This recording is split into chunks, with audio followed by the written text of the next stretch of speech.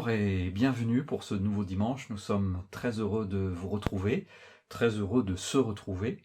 Et si vous participez pour la première fois ce matin, soyez les bienvenus. Vous n'avez peut-être pas poussé la porte d'entrée de l'église du 50e rue de l'Hôtel de Ville, mais vous nous avez trouvés sur Internet. Vous habitez peut-être Cray et les environs, et vous vous intéressez à cette église protestante évangélique. Eh bien, soyez les bienvenus. Nous sommes très heureux de vous accueillir aussi par ce moyen-là. Nous vivons l'Église différemment, mais nous vivons. Et nous espérons vous trouver en bonne forme chez vous. Pas toujours facile de vivre le confinement, mais vraiment nous prions pour que cela se passe le mieux pour vous et dans les meilleures conditions. Un psaume qui nous accompagne depuis le début du confinement est le psaume 46. Et cette phrase pertinente pour notre contexte, cette phrase qui nous dit, ce verset qui nous dit « Arrêtez et sachez que je suis Dieu ». Ce monde nous donne le vertige plus que jamais. Pour ainsi dire, nous ne savons plus à quel sein nous vouer et nous ne savons plus où trouver l'espoir. Arrêtez et sachez que je suis Dieu. S'arrêter pour tourner nos regards, non pas vers la turbulence de ce monde, mais vers Dieu. Parce que Dieu est roi, parce que Dieu règne, parce qu'il est notre bon berger. Dimanche passé, nous nous sommes arrêtés sur ce texte de Jean, chapitre 21. Nous sommes juste après la résurrection, le jour de la résurrection de Jésus-Christ. Les disciples sont enfermés dans une maison, les verrous sont clos, les portes sont closes. Pourquoi ? Parce qu'ils ont peur. Ils ont entendu l'annonce de la résurrection de Jésus, mais faut-il y croire ? Et puis n'allaient-ils pas eux-mêmes, à leur tour, être arrêtés ? Ils sont là et ils ont peur. Ils sont dans la crainte. Et voilà que Jésus apparaît au milieu d'eux. Et il leur dit que la paix soit avec vous. Cette paix que Jésus donne et qui transforme la crainte en joie.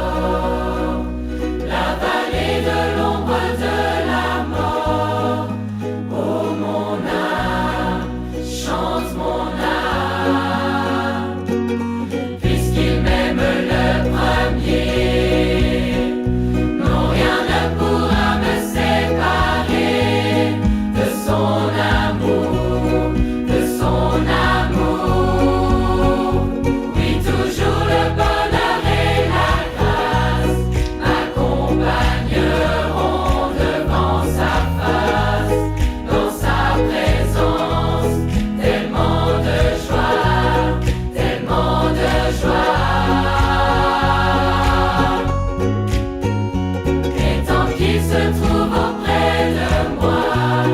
Aucun mal, mon âme, tu ne craindras. Et dans son temps, je reviendrai, je reviendrai.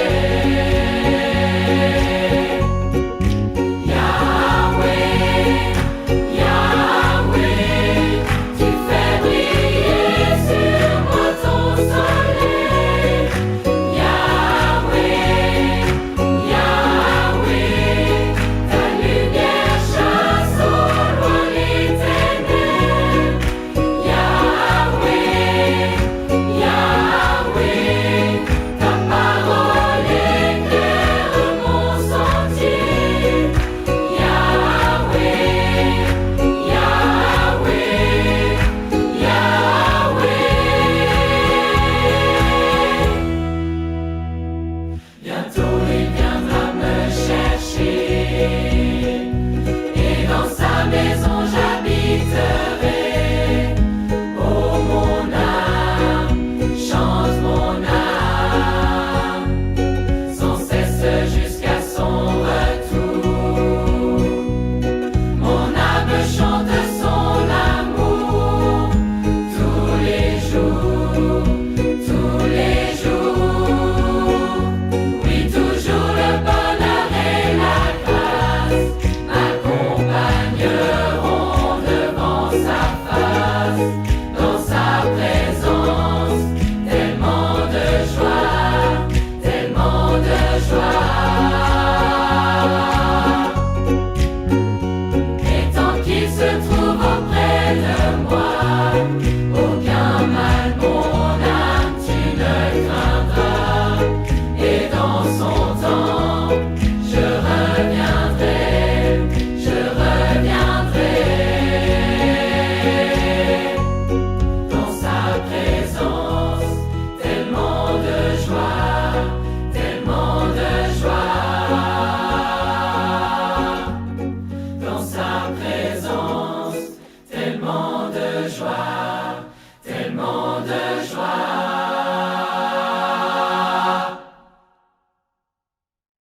Si vous avez une Bible sous la main, je vous invite à l'ouvrir et à vous rendre dans le Nouveau Testament, dans le livre de Romains, au chapitre 12. Et je vous invite à lire 2 versets. Je lis donc Romains chapitre 12, versets 1 et 2. Je vous recommande donc, frères et sœurs, à cause de cette immense bonté de Dieu, à lui offrir votre corps comme un sacrifice vivant, saint et qui plaise à Dieu. Ce sera là de votre part un culte raisonnable. Ne prenez pas pour modèle le monde actuel, mais soyez transformés par le renouvellement de votre intelligence pour pouvoir discerner la volonté de Dieu, ce qui est bon, ce qui lui plaît, ce qui est parfait.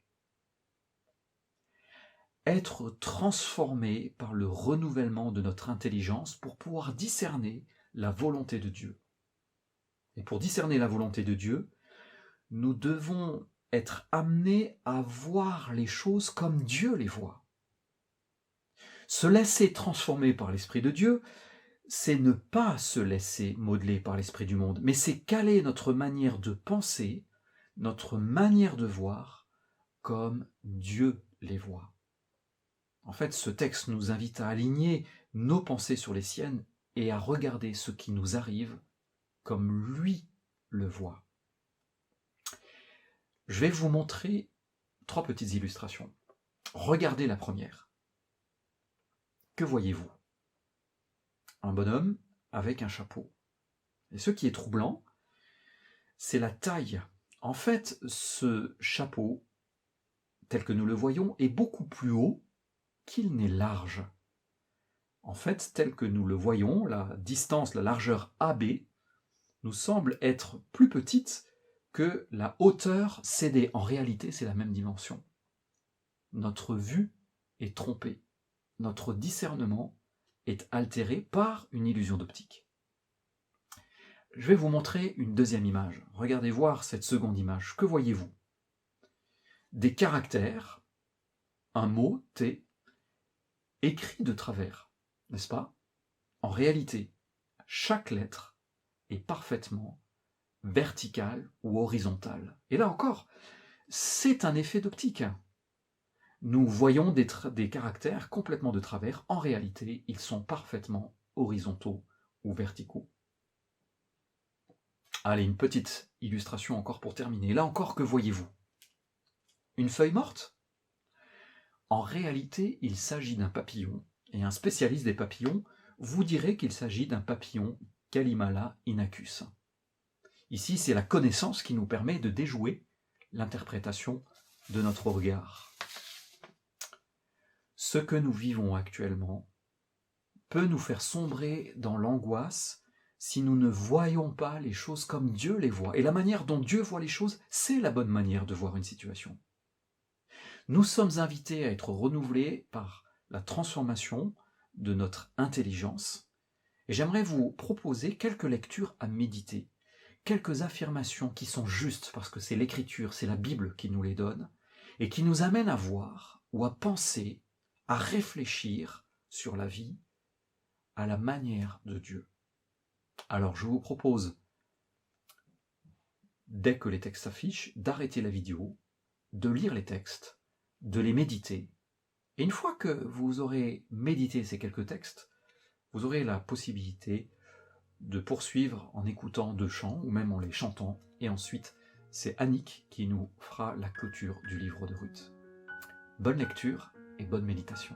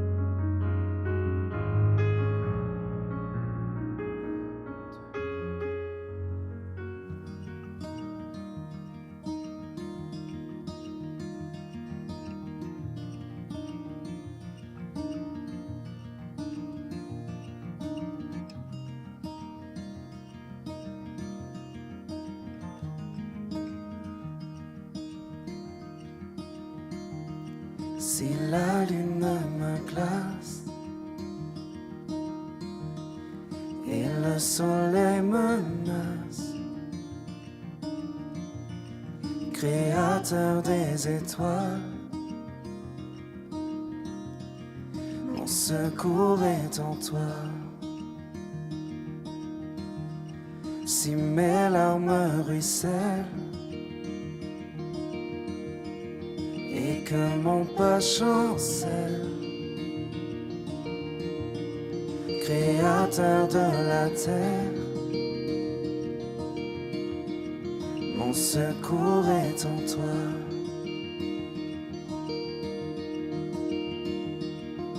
Je lève les yeux vers les hauts sommets. Toi seul est mon Dieu. Je proclamerai. Toi seul est ma force. Toi seul me restaure, mon secours est en toi.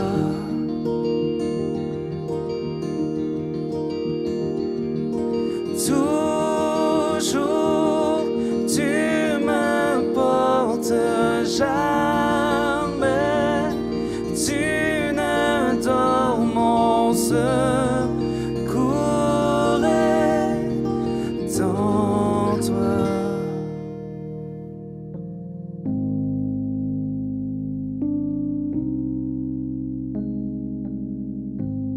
si la peur m'envahit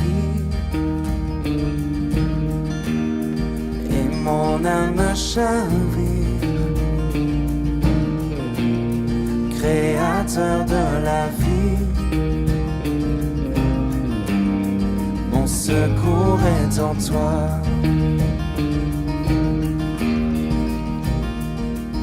Je lève les yeux vers les hauts sommets. Toi seul est mon Dieu. Je proclamerai. Toi seul est ma force. Toi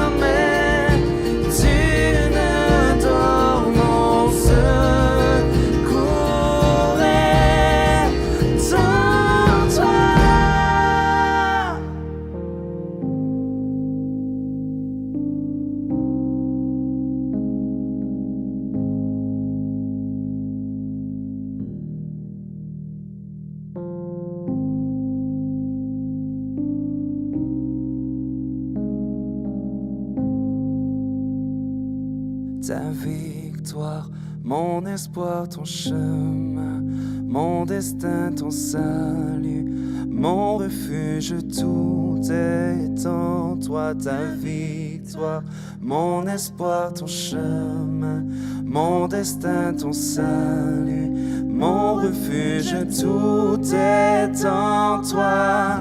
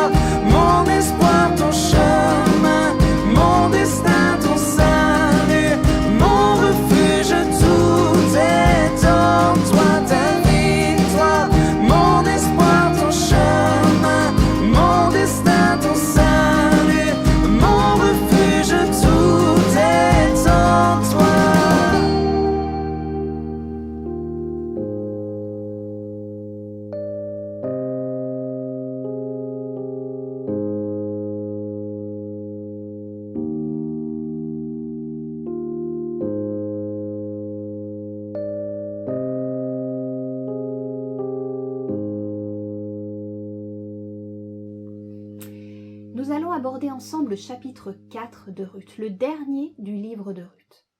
Alors comme les autres semaines, si vous n'avez pas encore pris le temps de lire ces quelques versets dans la Bible, faites-le maintenant. Mettez sur pause la vidéo, lisez le chapitre 4 et puis reprenez la lecture de la vidéo. Chapitre 4 du livre de Ruth. Comme le livre de Ruth est particulièrement court, peut-être que vous vous souvenez de ce qui a été dit dans l'introduction au chapitre 1. L'introduction et la conclusion du livre de Ruth se répondent. C'est un chef-d'œuvre en littérature hébraïque. Il y a 71 mots en hébreu dans chacune des parties, dans le chapitre 1 et dans la dernière partie du chapitre 4. Et si dans l'introduction, Noémie s'appelle elle-même Mara, l'affligée, l'amère, dans la fin du chapitre 4, elle est la bienheureuse, celle qui est dans l'abondance, qui est dans la joie.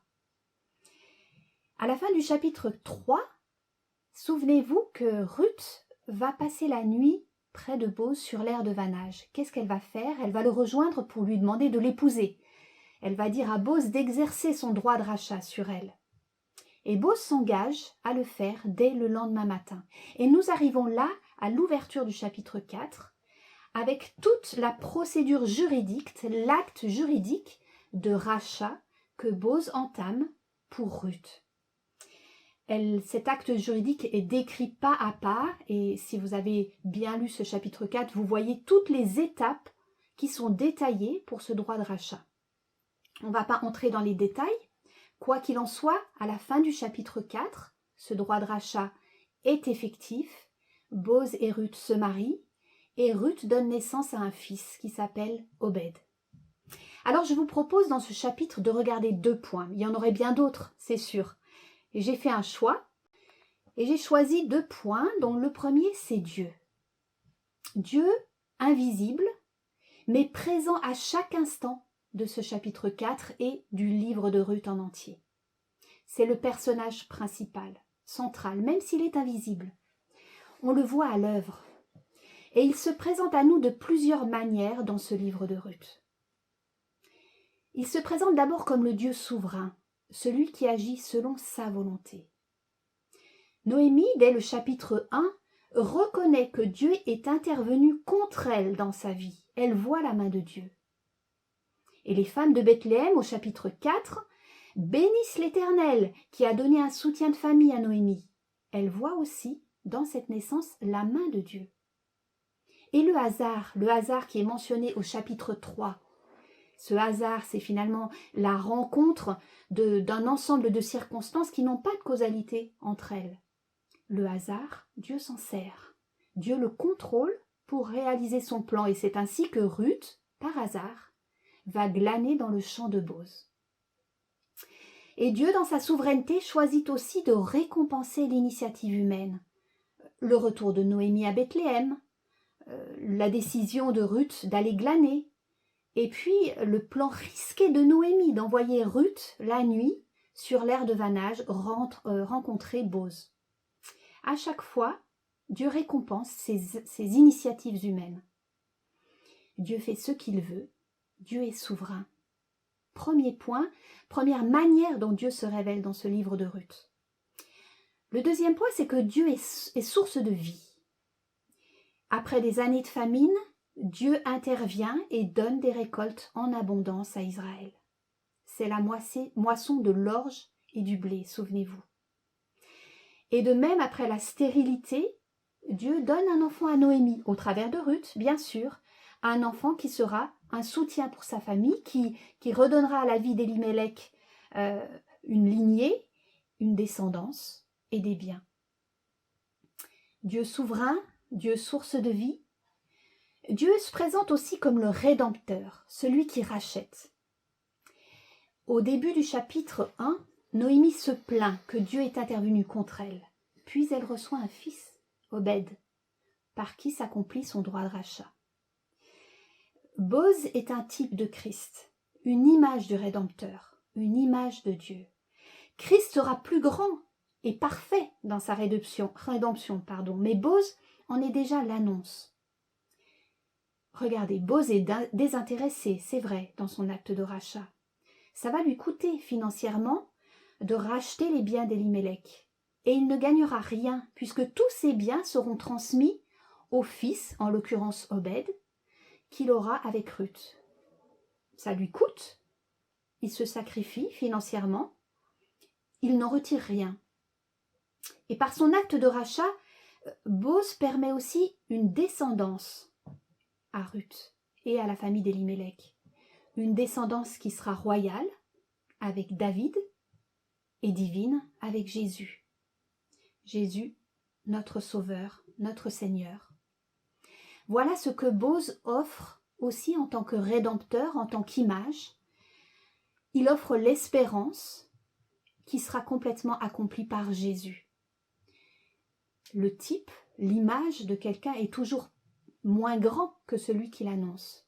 Et Bose, en tant qu'image, en tant que type de Jésus, est moins grand que Jésus, que le Rédempteur qui suivra plus tard. Un Dieu souverain, un Dieu source de vie, un Dieu rédempteur, et enfin un Dieu compatissant. Dans sa loi, Dieu pense aux plus faibles, aux démunis, aux veuves, aux orphelins. Et ils ne sont pas oubliés par Dieu. Et ce sont deux lois que nous voyons dans Ruth. Le droit de glaner dans les champs, il était réservé aux veuves et aux orphelins, et le droit de rachat, qui visait aussi les veuves. Grâce à ces lois, la subsistance sera possible, les besoins élémentaires seront couverts, et il y aura aussi une restauration sociale. Notre Dieu est souverain, il est source de vie, il est rédempteur, compatissant. C'est un encouragement à faire une lecture non plus de la vie de Ruth ou de Noémie, mais de la nôtre. Et c'est comme si nous lisions le livre de Ruth en regardant notre vie. Nous pouvons aussi reconnaître dans notre vie la souveraineté de Dieu. Dieu agit selon son plan. Dieu est source de vie. Regardons toutes les occasions où Dieu fait naître la vie. Dieu est aussi dans notre vie le créateur du salut, celui qui va nous donner son salut, le Rédempteur. Dieu est aussi celui qui a compassion de nous. Est-ce que nous avons cette franchise pour reconnaître Dieu dans notre vie comme nous le voyons dans le livre de Ruth? Deuxième partie, après avoir vu Dieu, regardons comment Dieu est bienveillant et comme il récompense ceux qui lui obéissent. On vient de relever la compassion de Dieu qui donne des lois qui protègent les plus faibles. Ces lois, elles sont appliquées dans des situations de détresse. On glane quand on n'a pas assez à manger parce qu'on est veuve, qu'on est orphelin. On bénéficie de la loi du rachat quand on est en deuil, quand on est veuve. Mais c'est parce que ces lois divines ont été appliquées dans le livre de Ruth, par Noémie, par Ruth, par Bose, que Noémie passe de l'amertume, de l'affliction, du désespoir à la joie, à l'abondance. Ruth a dû aller glaner. Elle a dû se lever, travailler. Dans un champ dont elle ne connaissait pas le propriétaire, elle a dû mettre en pratique cette loi de Dieu. Puis ensuite, elle a fait des démarches auprès de Bose pour qu'il exerce son droit de rachat envers elle. Bose ensuite a fait les démarches devant les dites personnes qui étaient à la porte de la ville pour pouvoir exercer son droit de rachat. Le contexte historique de l'époque de Ruth n'était pas favorable à l'obéissance à Dieu. L'histoire de Ruth se situe à l'époque des juges. Si vous lisez le livre des juges, vous verrez rapidement que c'est une période globalement désespérante. Le peuple d'Israël désobéit à Dieu, constamment il se détourne, il est à chaque fois rappelé à l'ordre par des chefs juges qui eux aussi deviennent de moins en moins obéissants au Seigneur, et le peuple se détourne. C'est une période noire dans l'histoire du peuple d'Israël. Et l'histoire de Ruth se situe pendant cette période sombre. Pourtant, ce que nous y voyons à Bethléem, c'est une population paisible, et nous avons le témoignage de personnes qui obéissent à Dieu. Autant Ruth, Bose, que les femmes qui entourent Noémie. Ces personnes mettent en pratique les lois de Dieu, et elles s'en portent bien, elles s'en portent mieux. Dieu donne une loi qui, quand elle est appliquée, fait que Dieu récompense ceux qui lui obéissent. Il y a une grande différence entre mes enfants et moi. Eux sont sportifs et moi, j'aime le sport. C'est-à-dire que je suis convaincue, mais vraiment, que le sport est bon pour la santé, que ça me ferait du bien, que les médecins ont raison quand ils nous encouragent à faire du sport. Mais je n'en fais pas. Mes enfants, eux, sont convaincus comme moi que le sport est une bonne chose pour la santé, ils croient les médecins, mais eux, ils en font du sport. Alors effectivement, ils en retirent du bénéfice dans leur santé, ils sont plus souples, plus en forme. Et c'est pareil pour les lois de Dieu. Je peux dire qu'elles sont bonnes, ces lois de Dieu, mais ne pas les appliquer. Est-ce que c'est suffisant de penser que ce serait une bonne idée d'obéir à Dieu? Non, parce que je n'en retire pas les bénéfices. C'est quand je crois que les lois de Dieu sont bonnes et que je les mets en pratique, quand j'applique ces commandements dans ma vie, que cela porte du fruit pour moi. C'est en faisant du sport qu'on devient musclé. Dans Ruth, l'auteur nous encourage à croire, à appliquer les commandements de Dieu et nous montre comment Dieu récompense ceux qui l'appliquent. Appliquer les commandements de Dieu alors que c'est difficile, c'est vrai, et ça l'était pour Ruth, et Dieu bénit. On connaît certainement tous les commandements de Dieu, et plus particulièrement celui qui nous dit de pardonner à notre prochain. Alors quand tout va bien, on a peut-être même une aspiration du cœur et on est certainement tous d'accord, bien sûr qu'il faut pardonner à son prochain. Mais quand on vit des tensions, des désaccords, des conflits, est-ce qu'on choisit cette voie difficile de la discussion, de l'écoute, du renoncement à ce qu'on considère comme son bon droit? Est-ce qu'on va glaner comme Ruth dans un pays étranger? Ou est-ce qu'on reste sur ses positions, en laissant passer le temps, en laissant la poussière se déposer sur ces tensions, les recouvrir, les cacher comme si elles n'existaient plus, alors qu'elles sont intactes, mais juste cachées? Croire oui, et mettre en pratique obéir. Et Dieu récompense. On ne pardonne pas pour aller mieux, mais incontestablement, quand nous pardonnons, quand nous obéissons à Dieu, on va mieux. La paix de Dieu remplit notre cœur. Et ça, c'est extraordinaire. Croire, appliquer, et Dieu récompense, Dieu bénit. 4 chapitres du livre de Ruth qui nous rappellent comme Dieu est souverain, comme il est source de vie. Il est notre Rédempteur, notre Sauveur, il est compatissant, il est bienveillant, il est celui qui bénit. Que cela nous encourage à appliquer ses commandements. Nous en serons récompensés parce qu'il nous aime. 1, 2, 3, 4.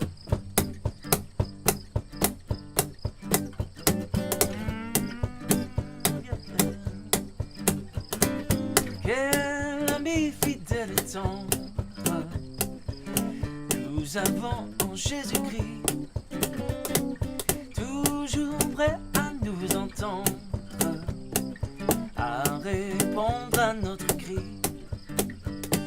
Il connaît nos défaillances, nos chutes de chaque jour, sévérant ses exigences. Il est riche en son amour.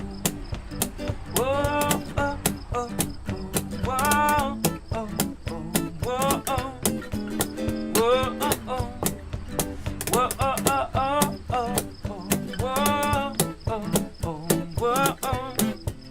oh, oh, oh, quel ami fidèle et tendre nous avons en Jésus-Christ, toujours prêt à nous apprendre à vaincre en comptant sur lui. S'il nous voit vrai et sincère à chercher la sainteté, il écoute nos prières et nous met en liberté. Oh, oh, oh, oh, oh, oh, oh, oh, oh.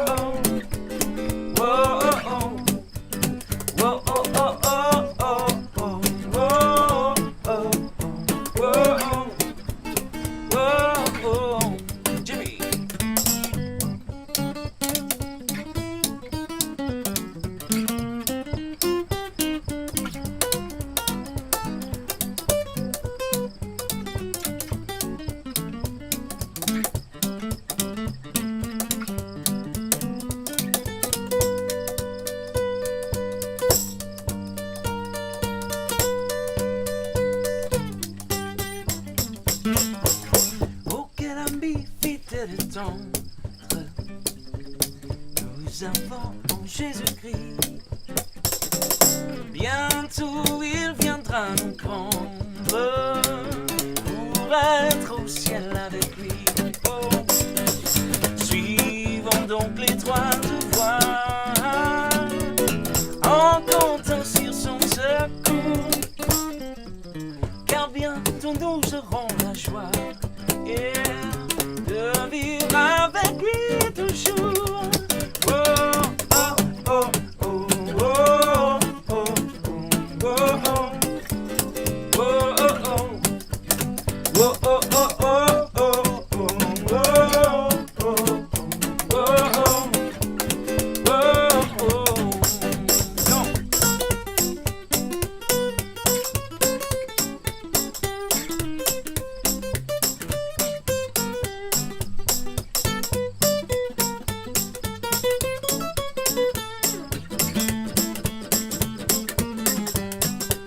Come on, yeah.